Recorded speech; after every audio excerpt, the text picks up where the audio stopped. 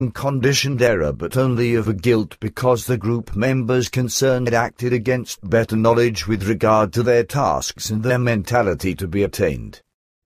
Billy says, I understand, but Quetzal has also spoken of the fact that it is of importance that replacements must be used for these too, and that the time periods of certain task fulfillments will shift through this. As he said, 2 descendants would have to be witnessed under certain circumstances, who would then have to stand as replacements and be prepared for their tasks.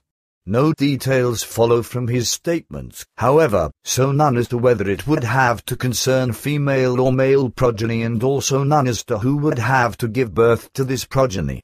He only said that the mother, in any case, would have to be a virgin and would also become a mother still as a virgin. If I have understood these things correctly, which I suppose, then the procreation of this progeny would have to concern an artificial insemination, right?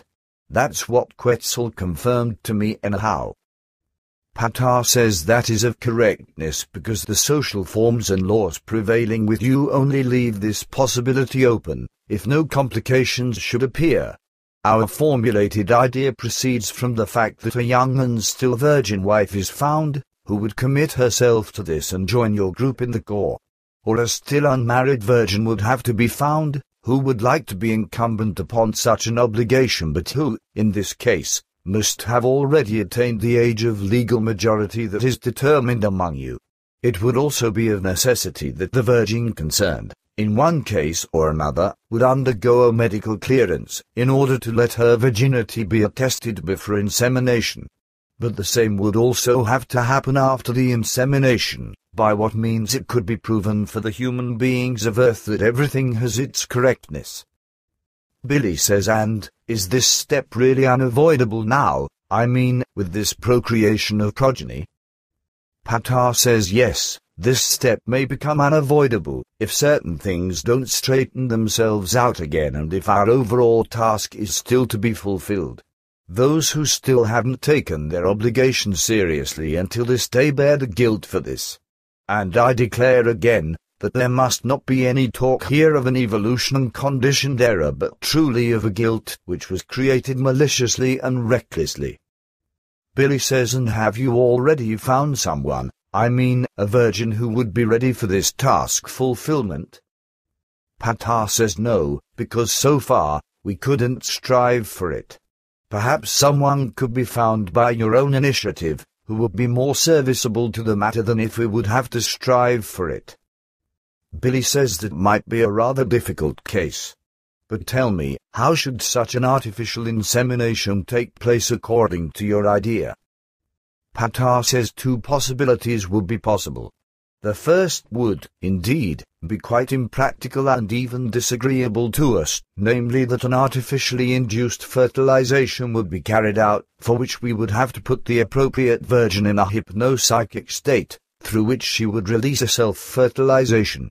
The second possibility would be that earthly physicians would, through a natural expenditure, carry out a transfer of sperm from a suitable man and maneuver this sperm in the normal way of transfer into the body of the virgin, obligating herself to this. But this would mean that the suitable man must then, in truth, also openly be the father of the progeny, and these would also carry his features and genes. This second way would, in our view, be the more valuable and more realistic one, for then a paternal power would be given to the progeny, which is of great importance for a human being. Billy says, but now, you still haven't answered my question about the gender of the progeny. Patar says that is of correctness. The gender of the progeny is unimportant because we hope that if everything can happen as planned and calculated, a complete equality and equal rights in all things of the given principles will arise between female and male life forms in your group. Billy says, I infer from your words that you won't decide finally until the remaining 3-month time period has expired. Patar says that is also of correctness, my friend. Billy says, and what is to be with the progeny, then? On the one hand, these would have to be provided for, and on the other hand, a virgin can, indeed, only give birth to a progeny once virginally. Patar says that, too, is of correctness.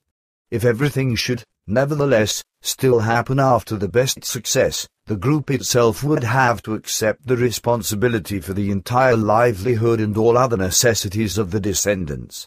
The corresponding virgin, if a suitable one can be found and she is willing to bear the obligation, would be fertilized a second time in a non-virgin state, since her virginity would, indeed, be taken by the first birth. Billy says then that means, therefore, that only one virgin would have to be found. But on the basis of what criteria would this have to be chosen, then? Patar says if the finding lies within the initiative of the group, then we would clarify whether the person concerned is suited to an obligation. Billy says aha, that would certainly be a help. Patar says right. It would be important to make sure that the virgin concerned wants to receive her obligation for the preservation of the group and the fulfillment of the task. But all of this can only become topical if it should turn out in the month of March, 1979 that everything can continue. Only then will it also prove itself as to whether the progeny addressed must be taken into consideration at all or not. Billy says I understand. So let's wait for the time and see what all still arises until then. Quetzal says an unpleasant determination is still to be issued.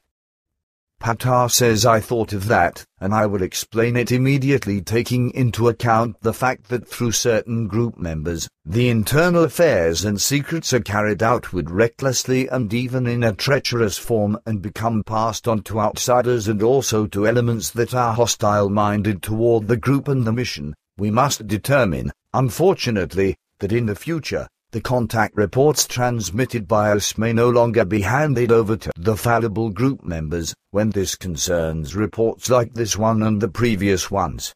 If it has already happened that the last reports were given to the fallible group members, then these must be withdrawn under all circumstances. Not a word may be passed on about reports not handed over to these group members, not even to group candidates who have not yet been received into the core group. Whoever offends against this arrangement, however, shall be excluded from the core group according to the statutes that have been found by us to be right, no matter who these are. Henceforth, these reports for the fallible ones may still, at most, be looked through or read aloud strictly in the group's internal core area, but at the same time, also no notes may be made about that. The original reports have to be accommodated in such a way that no unauthorized ones can have access to them. Billy says is it really so bad that this measure has to be taken? Patar says it is, unfortunately, necessary and unavoidable. Billy says we have really come rather far with our group, which I must say. Patar says in the negative sense, that is, unfortunately, of regrettable correctness.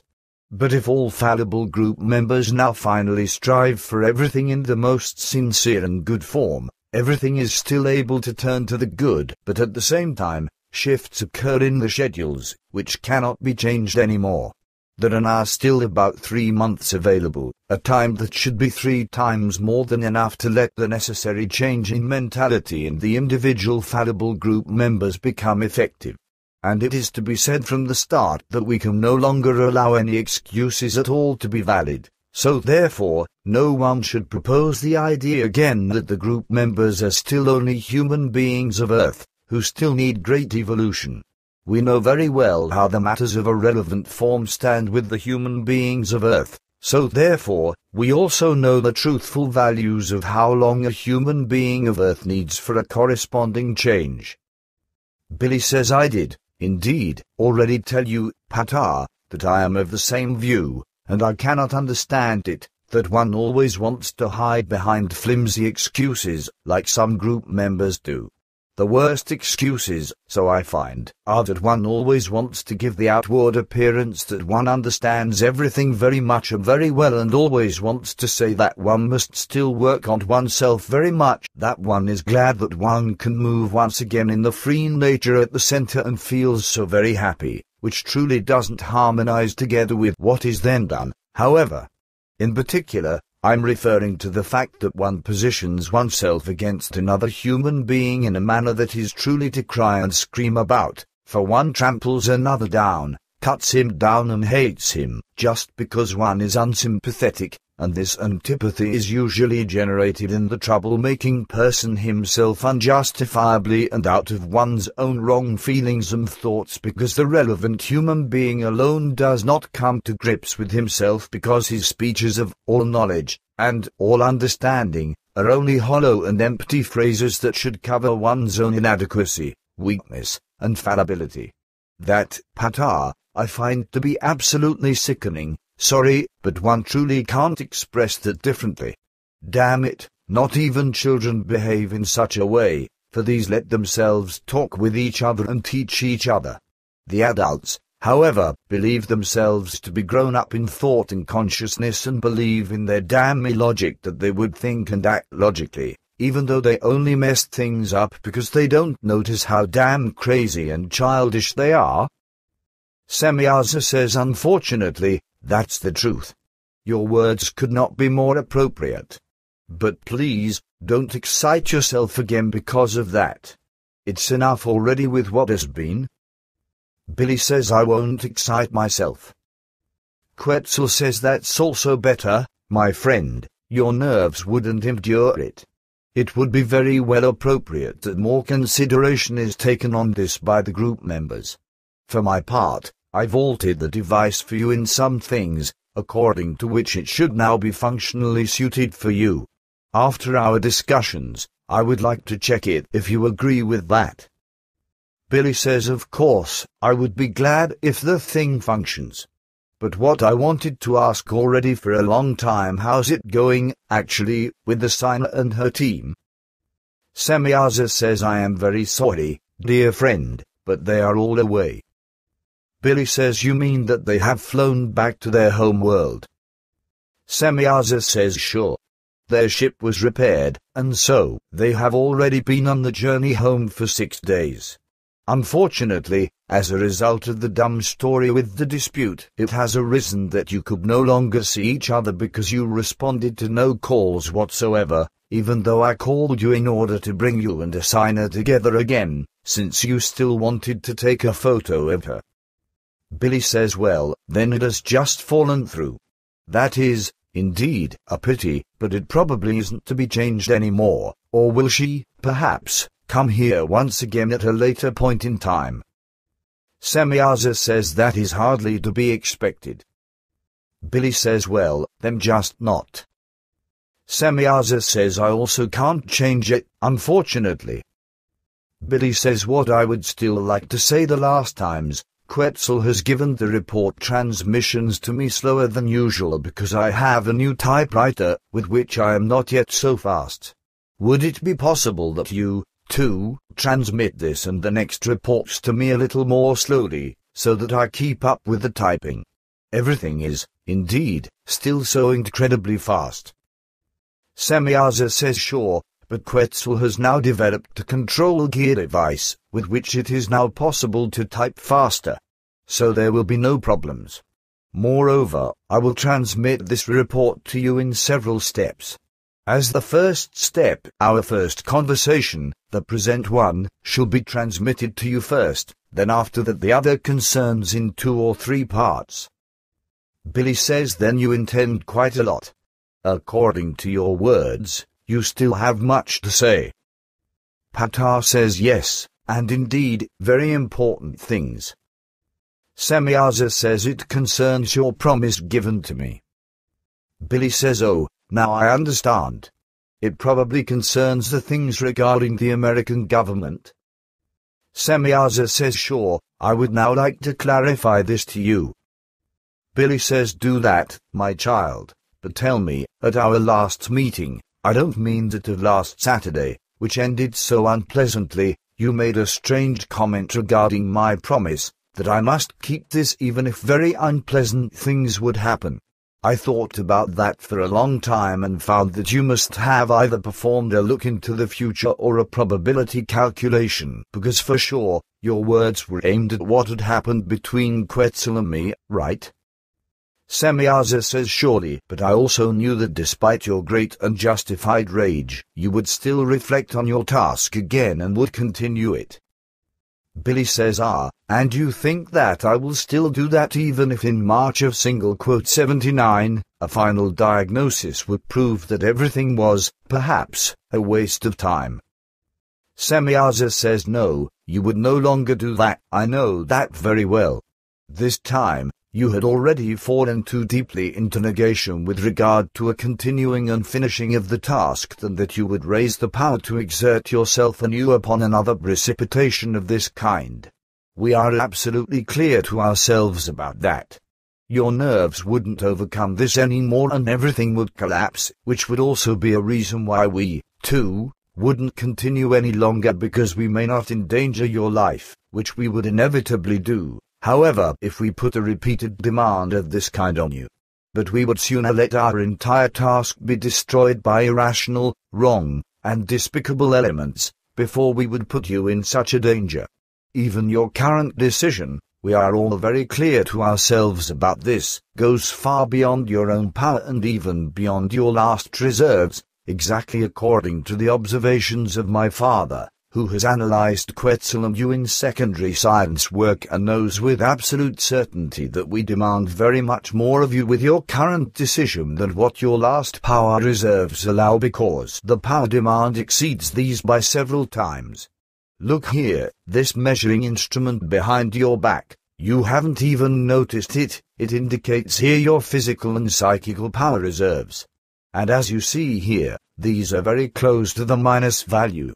This display here, however, which I, Quetzal, and Father have already had our eyes on for a good while and attentively observed, shows us how you generate new forces out of your area of consciousness and constantly force these values up again from your psyche and physical body. As you yourself see, the display here steadily rises to higher values, and within just a short hour, you will already have more than a third of your power reserves again. In 2 hours, there will already be 2/3, and in 3 hours, your power reserves will be completely normal again, even though they were below the minus value when you came here. Similarly, you will also still further increase your forces afterwards and will enrich the normal, constant forces of the physical body and the psyche again. But similarly, Quetzal has also done this, which we could also determine with him with this measuring apparatus. But how you bring this to pass, both of you, that is puzzling to us, because normally, human beings not of your type often require many months and even years to regenerate these forces fully, while human beings of our sensitivity still require even more time when it comes to such decays of forces. You both are really very puzzling to us, and from this, it arises that our sciences have a new object of research, which was previously unknown to them. Billy says, then in the future, Quetzal will probably play experimental rabbit. Quetzal says it will be necessary for me to be submitted to tests and analyses, etc. that will be unavoidable because the whole thing represents a phenomenon, whose deciphering can be of great importance for many life forms because perhaps they can acquire, through an exact investigation and solution of the things, the same ability that the two of us possess and that was previously unknown among us. Billy says, then just nicely let yourself be broken down into your constituents, my son. But see to it that someone then numbers these correctly. Quetzal says, thus, you please me again, my friend. Semyaza says, sure, your joking sounds like it did at earlier times, before the deplorable grievances found their beginning in the group. We hope that soon, everything will again be like it was before.